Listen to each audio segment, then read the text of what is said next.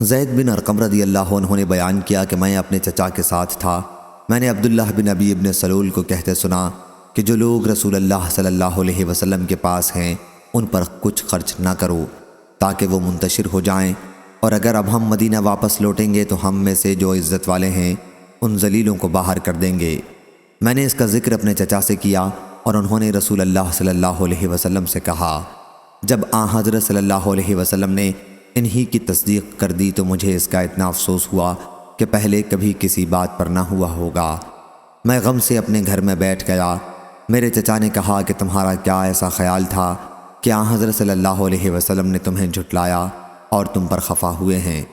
پھر اللہ تعالیٰ نے یہ آیت نازل کی، اذا جاءک المنافقون، جب منافق آپ کے پاس آتے ہیں تو کہتے ہیں کہ آپ بے شک اللہ کے رسول صلی اللہ علیہ وسلم ہیں۔ آن حضرت صلی اللہ علیہ وسلم نے مجھے بلوا کر اس آیت کی تلاوت فرمائی اور فرمایا کہ اللہ تعالیٰ نے تمہاری تصدیق نازل کر دی ہے۔ صحیح بخاری حدیث نمبر 4904۔